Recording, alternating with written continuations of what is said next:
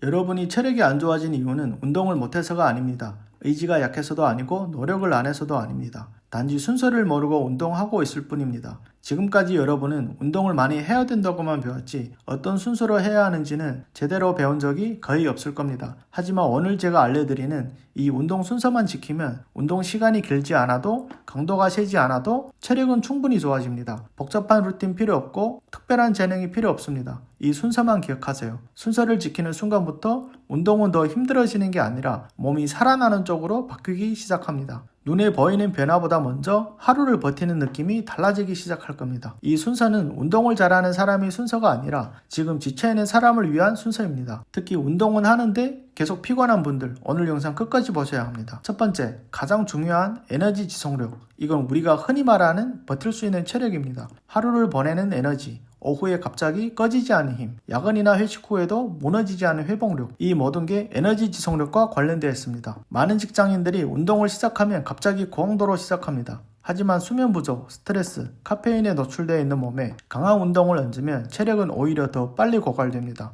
체력이 좋아지려면 몸속 에너지 시스템부터 차분하게 바꿔야 합니다. 그 핵심은 의외로 단순합니다. 러닝입니다. 정확히 말하면 잘 뛰는 러닝이 아니라 안 지치는 러닝입니다. 기준은 이렇습니다. 숨이 가빠서 말이 끊길 정도로 뛰는 게 아니라 옆 사람과 한두 문장을 할 수 있는 정도로 20분에서 40분 사이만 지속하면 됩니다. 여기서 속도는 중요하지 않고 기록도 필요 없습니다. 2단계에서 러닝은 체력을 키우는 운동이 아니라 에너지 시스템을 복구하는 과정입니다. 두 번째, 움직임 효율. 같은 일을 해도 누군가는 덜 피곤하고 누군가는 금방 지칩니다. 차이는 체력보다 몸 사용 방식에서 나옵니다. 어깨에 힘이 항상 들어가 있는 사람, 걸을 때 불필요하게 힘을 쓰는 사람, 앉아만 있어도 허리와 목이 뻐근한 사람, 이런 상태에서는 운동을 해도 체력이 쌓이지 않습니다. 그래서 중요한 게 움직임의 효율입니다. 가벼운 근력 운동, 짧고 빠른 움직임 훈련, 스트레칭이 아닌 동작 훈련, 딱 3가지만 하면 됩니다. 첫 번째, 스쿼트. 무게 필요 없습니다. 천천히 앉았다 일어나기. 목표는 근육이 아니라 동작이 편안함. 두 번째, 힙인지. 허리를 숙였다 펴는 동작.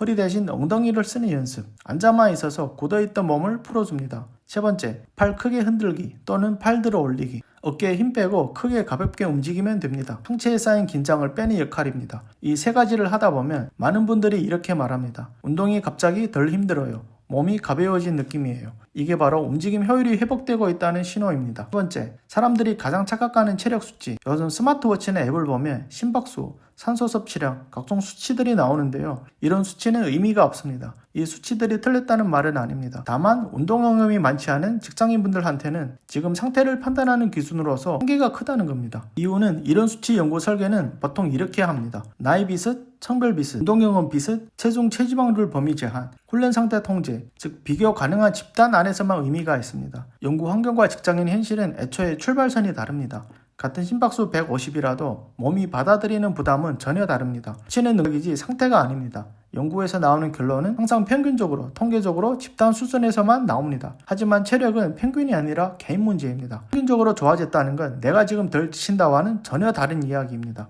그래서 직장인에게 중요한 건 숫자가 아니라 하루를 버티는 느낌입니다. 전에까지 집중력이 유지되는지, 퇴근 후에도 움직일 여유가 있는지, 주말에 회복이 되는지, 이게 진짜 체력입니다. 직장인 체력은 운동 능력이 아니라 생활을 버티는 힘입니다. 강도가 아니라 지속, 기록이 아니라 회복, 자극이 아니라 누적. 이 관점으로 운동을 바꾸면 같은 시간을 써도 결과는 완전히 달라집니다. 지금보다 더 많이 할 필요 없습니다. 다만 방향을 바꾸는 것이 중요합니다. 운동을 힘들게 하는 것에서 내일을 편안하게 만드는 도구로 바꿔보세요. 체력은 이때부터 다시 살아나기 시작합니다. 오늘부터 운동을 더 늘리려 하지 말고 이 순서가 맞는지 점검해보세요. 여기까지 잘 따라오셨다면 이제 하나만 더 점검해야 합니다. 이건 운동의 이야기 연장이 아니라 회복 이야기 연장입니다. 순서를 지켜도 그래도 체력이 안 올라오시는 분들 대부분 공통점이 하나 있습니다. 바빠서 제대로 먹지 못하고 있다는 것입니다. 요즘 직장인분들 바쁘다는 이유로 끼니를 거스리는 분들이 많은데요. 이런 분들은 체력이 회복될 수가 없습니다. 저도 예외는 아니었습니다. 이 순서로 운동을 해도 끼니가 무너지면 회복이 안 되더라고요. 그래서 운동 얘기보다 먼저 현실적으로 먹을 수 있는 방법을 정리하게 됐습니다. 상온 상태에서 그냥 먹어도 되고 전자레인지에 돌려서 먹어도 됩니다.